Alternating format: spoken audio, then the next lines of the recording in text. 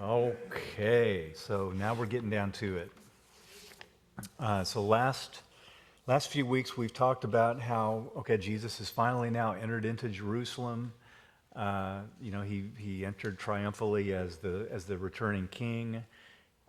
Went into the temple, started knocking stuff over and kicking people out, and just generally making trouble and asserting his authority to do that kind of thing, basically claiming his status as a prophet. And we talked also about how, in response to that, the religious leadership tried to trap him, tried to trick him, tried to lower him in the estimation of the population, who at that point loved him, tried to bring him down a notch, tried to challenge his authority and basically make him look stupid, and how Jesus actually turned the tables on them and shut them up.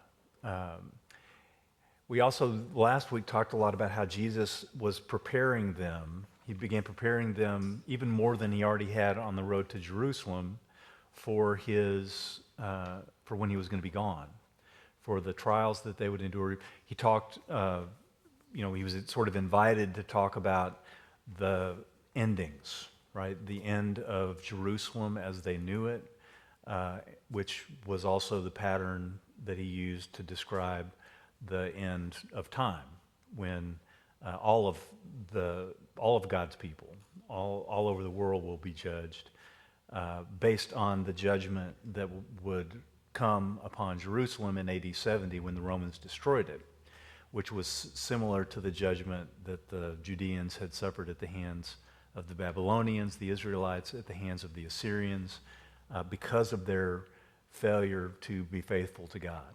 And Jesus is saying that the religious authorities, and therefore the nation of Israel's rejection of him, coming rejection, would sort of be the same kind of rejection and would result in the same kind of consequences. Then he sat down for his Last Supper with his disciples, and we're all fairly familiar with that. And the upshot of it is he's previewing for them his coming death for them, and he's also using this as another opportunity to warn them. When he warns Peter, "You're going to deny me 3 times," he warns the other disciples, you're going to need to be prepared, because y'all are going to face the same kind of persecution that I'm fixing to face myself. So that's where we pick it up this evening, and we're going to start in chapter 22, verse 39. And this is right after the Last Supper, when they go to the Mount of Olives. So Jesus came out and went, as was his custom, to the Mount of Olives. And the disciples followed him. When he reached the place, he said to them, "Pray that you do not come into the time of trial." Then he withdrew from them about a stone's throw, knelt down, and prayed. "Father, if you are willing, remove this cup from me. Yet not my will, but yours be done." Then an angel from heaven appeared to him and gave him strength. In his anguish he prayed more earnestly, and his sweat became like great drops of blood falling down on the ground. When he got up from prayer, he came to the disciples and found them sleeping because of grief. And he said to them, "Why are you sleeping? Get up and pray that you may not come into the time of trial." So this is a continuation of Jesus' warning and preparing the disciples for what's coming. He starts by telling them, and ends by basically telling them what he had just told Peter, and we talked about that last week. Prepare for what is coming. Pray that they don't give in to the temptation that they will be faced with. And then Jesus prepares for this final test that he himself is going to face with prayer. Which when you think about it is kind of interesting. If you do believe that he's fully divine, he still feels the need to go to God, and he does this over and over in his ministry. The need to go to God over and over in prayer, and here at his most, sort of the turning point that's going to result in his life being over. He prays so deeply that, as we see, he's so the emotions are so high that he prays as if he's actually bleeding. I don't think the Greek supports the idea that he's actually bleeding blood, that he's sweating blood, but he's sweating huge drops. And Luke describes it that way, kind of to prepare us for what is coming, right? Here he's shedding his blood sort of symbolically and metaphorically, but pretty soon, like the next day, he's going to be shedding it for real. So Jesus' prayer here is very simple. First, he's honest with God, which is a pretty good model for us too, right? He says, I don't want this. Take this cup away from me. And the cup that he's talking about is the cup of God's wrath. And this is that idea that he is taking onto himself humanity's sinfulness. And that's the cup that he's going to have. He's going to be drinking that cup for all of us. The cup of what we deserve as a result of our rebelliousness. He's going to be taking that on himself, and he knows that's what's fixing to happen.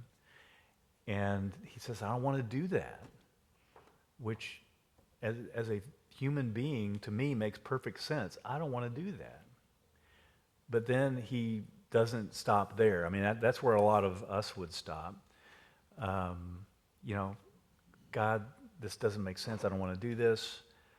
But your will be done.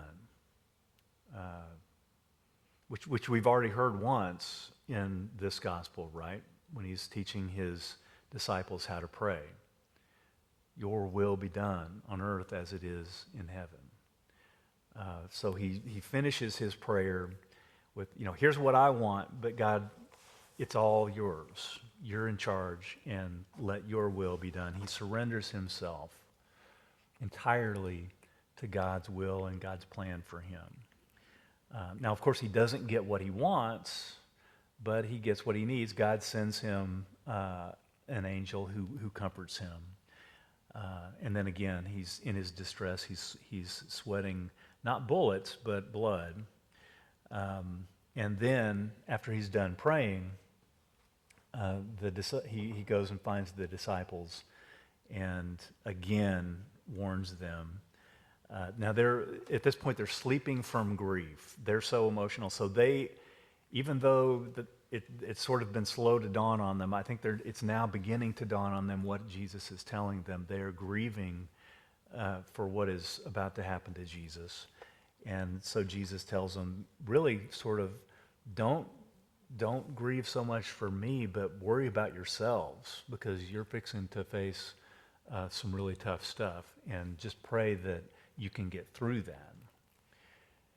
So next comes Judas. So starting at verse 47. While he was still speaking, suddenly a crowd came, and the one called Judas, one of the 12, was leading them. He approached Jesus to kiss him. But Jesus said to him, Judas, is it with a kiss that you are betraying the Son of Man? When those who were around him saw what was coming, they asked, Lord, should we strike with the sword? Then one of them struck the slave of the high priest and cut off his right ear. But Jesus said, no more of this. And he touched his ear and healed him. Then Jesus said to the chief priests, the officers of the temple police, and to the elders who had come for him, have you come out with swords and clubs as if I were a bandit?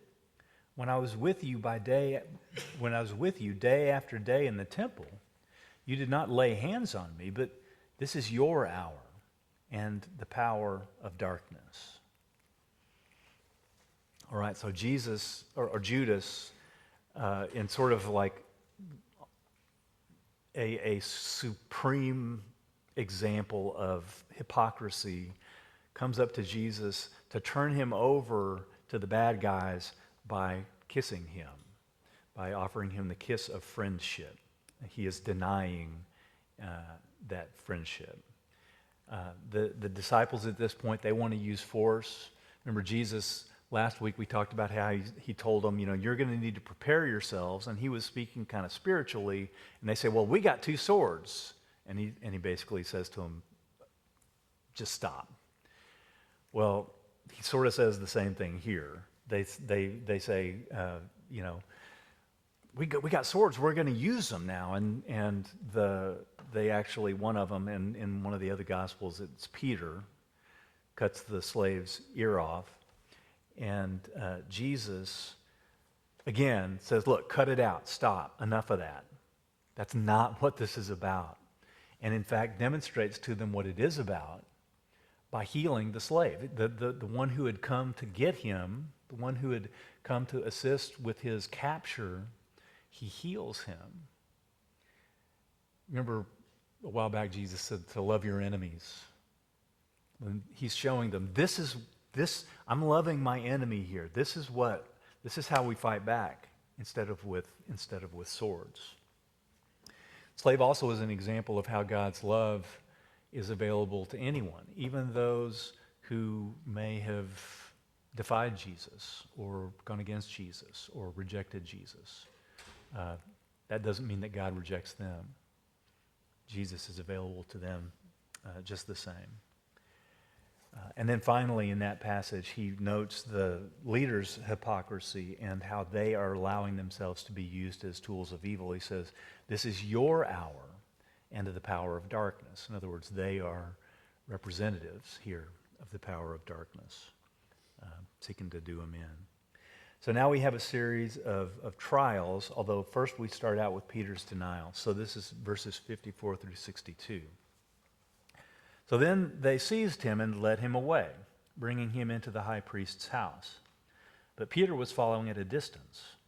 When they had kindled a fire in the middle of the courtyard and sat down together, Peter sat among them. Then a servant girl, seeing him in the firelight, stared at him and said, "This man was also with him." But he denied it, saying, "Woman, I do not know him." A little later, someone else, on seeing him, said, "You also are one of them." But Peter said, "Man, I am not." Then about an hour later, still another kept insisting, "Surely this man also was with him, for he is a Galilean." But Peter said, "Man, I do not know what you are talking about." At that moment, while he was still speaking, the cock crowed. The Lord turned and looked at Peter. Then Peter remembered the word of the Lord, how he had said to him, "Before the cock crows today, you will deny me 3 times." And he went out and wept bitterly. So Peter's faith kind of fails here. And as we'll see, it's not permanent, but here, for at least temporarily, it did fail. Now, one thing that we sometimes gloss over here is that at least he followed Jesus. I mean, he didn't just completely run away. He wanted to see what happened to Jesus. He was following Jesus, albeit from a distance. He was still following him. Now, he does end up denying Jesus 3 times, which is kind of another good lesson for us, right? It's real easy for us, just as it was for Peter, to affirm our steadfast devotion to Jesus, and that we'll go anywhere that Jesus wants us to go, as long as things are comfortable, from the safety and comfort of here or our home. But sometimes when we find ourselves in that moment, it's a little bit more difficult. And we got to figure out how we can get ourselves to a place where we would respond to Jesus or to challenges to our faith the way Peter later on responds to them, not necessarily the way he responds here. But as is true for all of us, Jesus doesn't give up. He doesn't give up on Peter. We see in John's Gospel in chapter 21, Jesus says to Peter 3 times, "Do you love me? Do you love me? Do you love me?" And Peter says, "Yes, yes, yes, you know that I love you. Then feed my sheep. Look after my sheep." And Peter ends up doing it. So Peter, as we talked, one of the questions last week, Peter is changed from where he is now to where he ends up at the end of the story. And that's a change that all of us should be seeking in our own lives. Recognizing that even though Peter had 3 years with Jesus before this happened, he still wasn't quite to the point where he could remain steadfast in his faith in a hard situation. But he eventually grew into that. And that kind of growth is what we should all be seeking, because that's the kind of growth that God wants and expects from us as followers of Jesus. So verse 63, this is when they first, right after they've captured him. Now the men who were holding Jesus began to mock him and beat him. They also blindfolded him and kept asking him, "Prophesy, who is it that struck you?" They kept heaping many other insults on him. So Jesus here, he's been taken to the high priest's house, and the religious police here are taunting him and beating him just as Jesus earlier predicted they would. So the first of Jesus' trials is before the Sanhedrin, starting in verse 66. When the day came, the assembly of the elders of the people, both chief priests and scribes, gathered together, and they brought him to their council. They said, "If you are the Messiah, tell us." He replied, "If I tell you, you will not believe. And if I question you, you will not answer. But from now on, the Son of Man will be seated at the right hand of the power of God." All of them asked, "Are you then the Son of God?" He said, "You say that I am." Or, the NIV translation puts it, "You are right in saying that I am." Then they said, "What further testimony do we need? We have heard it ourselves from his own lips." So that is his trial before the Sanhedrin. It's treated a little bit more depth than some of the other Gospels. It's kind of summarized here. So first they asked Jesus if he's the Messiah. And remember, the Messiah, the idea is this is the king, the son of David, the one who's going to rescue Israel from its predicament, from its slavery under Rome. And they ask him if he's that Messiah, and his response is, "Why do you ask? Because you're not going to believe me if I told you." And the second answer is yes. Yes, he's claiming to be, he refers to himself here as the Son of Man, sitting at God's right hand, claiming the divine right to rule and to judge. I mean, that's basically what he's saying here. And so, of course, they ask him the next logical question. Well, then, is he claiming to be God? Is he really claiming to be divine? And as the NIV translates it, his response is, "You are right in saying that I am." In other words, yeah, I am. At which point, they're like, okay, well, we don't need to go any further. He's just committed blasphemy. It wasn't blasphemy to say that he was the coming king. You could do that. You just had to somehow establish that you really were. But if you're saying you are divine, then that is blasphemy. He's claiming equality with God. And so they're in their minds, they're perfectly justified at this point in getting rid of him. So they can't, however, kill him themselves. And so we begin chapter 23 with them turning him over to the Romans, to Pontius Pilate. Then the assembly rose as a body and brought Jesus before Pilate. They began to accuse him, saying, "We found this man perverting our nation, forbidding us to pay taxes to the emperor, and saying that he himself is the Messiah, a king." Then Pilate asked him, "Are you the king of the Jews?" He answered, "You say so." Or, as the NIV would put it, "Yes, it is as you say." Then Pilate said to the chief priests and the crowds, "I find no basis for an accusation against this man." But they were insistent and said, "He stirs up the people by teaching throughout all Judea, from Galilee, where he began, even to this place. All right, so again, only the Romans could legally execute Jesus, and so that's why they took him to Pilate, the governor of that area, and they made 3 claims against him. First, he's subverting the nation, which really would not have been a basis for execution, so Pilate ends up ignoring that one. He opposes the paying of Roman taxes, which, as we know from last week, or maybe it was the week before last, is false. I mean, it's just demonstrably false. He said, give to Caesar what is Caesar's. And finally, he said he claims to be the Messiah, a rival king, a king, and if he's a king, then he's in opposition, at least potentially, to Caesar. And so this is the one that Pilate follows up with, because this is the one that could potentially be a problem for him, Pilate, if he lets somebody who's claiming to be a rival of Caesar walk free. So Pilate then asks him, so are you the king of the Jews? And Jesus responds, as I said in the NIV, it probably translates it the best, yes, it is as you say. So yeah, I'm the king. Of course, he doesn't, at least as Luke records it, he doesn't dive into what that means.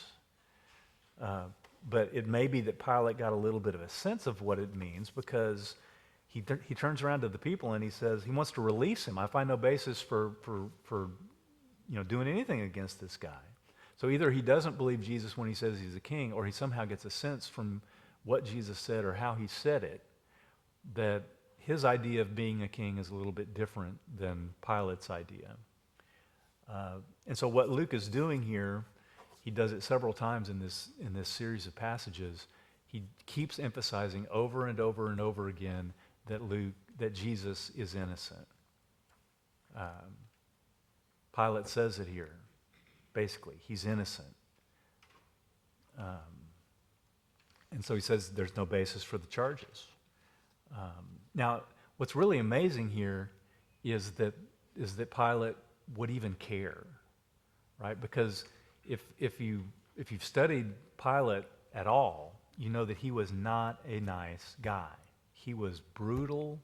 He was evil. He was manipulative. He was a bad person. And he would have had no qualms whatsoever about executing an innocent person. And so for him to stick up for Jesus this time, and several more times as we'll see, was really kind of astonishing.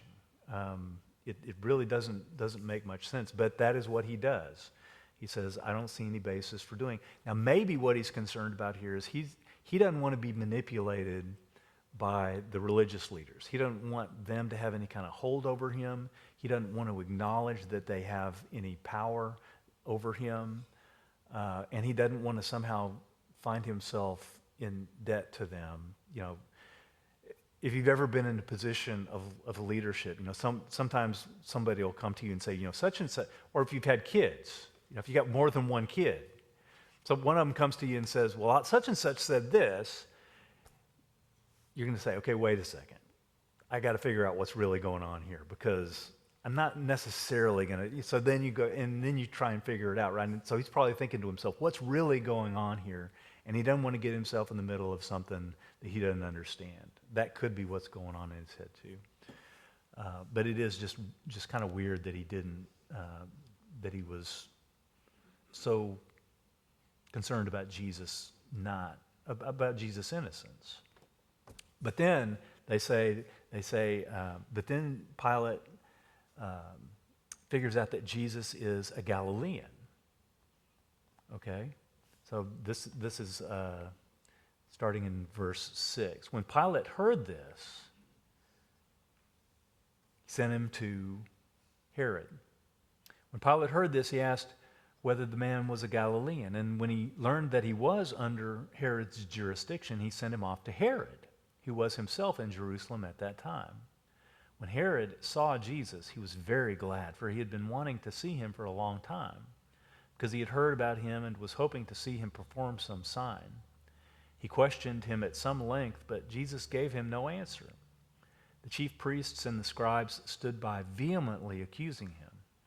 Even Herod, with his soldiers, treated him with contempt and mocked him. Then he put an elegant robe on him and sent him back to Pilate. That same day, Herod and Pilate became friends with each other because before this, they had been enemies. Okay, so Herod's been wanting to meet Jesus. This is his chance. He wants to see Jesus do some sign. He's heard of all of the cool stuff that Jesus can do.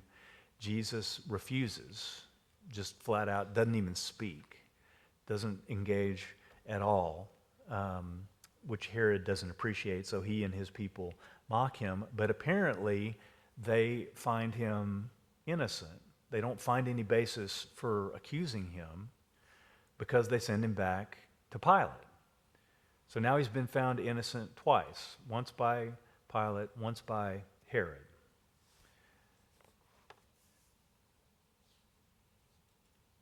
So, verse 13.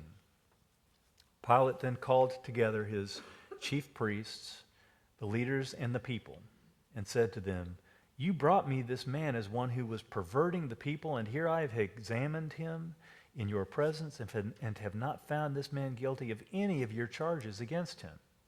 Neither has Herod, for he sent him back to us. Indeed, he has done nothing to deserve death. I will therefore have him flogged and release him." Okay, so now Pilate has found him innocent twice. Then they all shouted out together, "Away with this fellow! Release Barabbas for us!" This was a man who had been put in prison for an insurrection that had taken place in the city and for murder. Pilate, wanting to release Jesus, addressed them again, but they kept shouting, "Crucify him! Crucify him!" A third time he said to them, "Why? What evil has he done? I have found in him no ground for the sentence of death." So now he's found him innocent 3 times, and Herod has found him innocent once. "I will therefore have him flogged and then release him." But they kept urgently demanding with loud shouts that he should be crucified, and their voices prevailed. So Pilate gave his verdict that their demand should be granted. He released the man they asked for, the one who had been put in prison for insurrection and murder, and he handed Jesus over as they wished.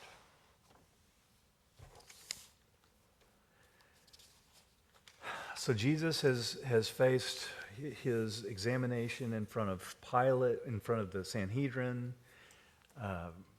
They've found him guilty of blasphemy based on his statement that he is who he really was. He's gone in front of Pilate. Pilate's found him innocent 3 times. He's gone in front of Herod. Herod has found him innocent. So now he's basically being tried in front of the people. The people are trying him. Till this point, the crowds have been very supportive of Jesus, at least the ones that we've seen. But something has happened. Maybe the religious leaders have gotten to them. We're not sure. But remember, they couldn't touch Jesus while he was teaching in the temple because they were so scared that the people would stone them. But suddenly these same people are now saying, "Crucify him, crucify him." Pilate again says to them, "Well, there's no basis for the charges. He's been found innocent by me and by Herod." But he says, "Okay, look, just to make y'all happy, I will have him whipped." And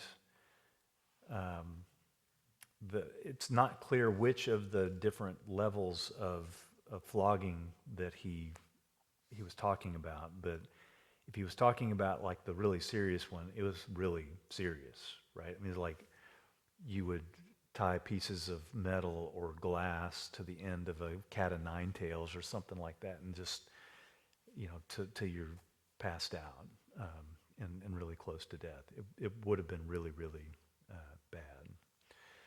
So he said, "Yeah, I'll do that, but we won't kill him." And the crowd continues to insist that he is guilty and he needs to be crucified. And they ask for the release of Barabbas, an insurrectionist, so a person who really has challenged Pilate's authority, challenged Roman authority, and a murderer, a man who has killed other people.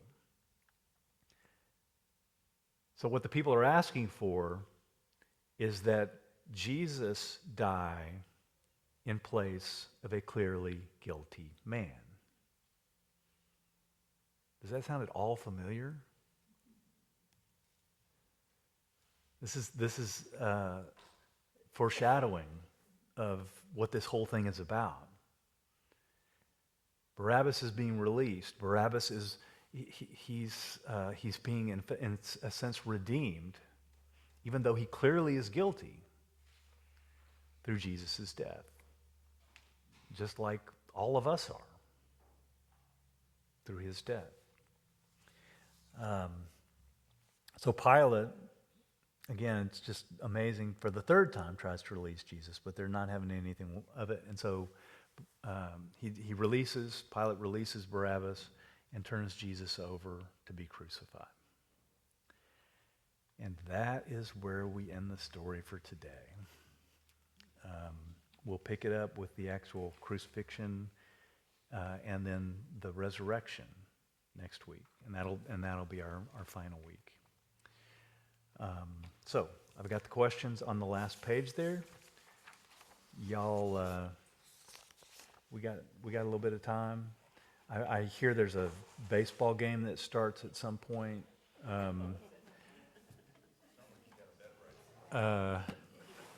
So we may end a little bit early, but we got a little bit. Yeah, so we can all go home and root for Texas, exactly. So yeah, take the next 15 minutes or so to go through the questions.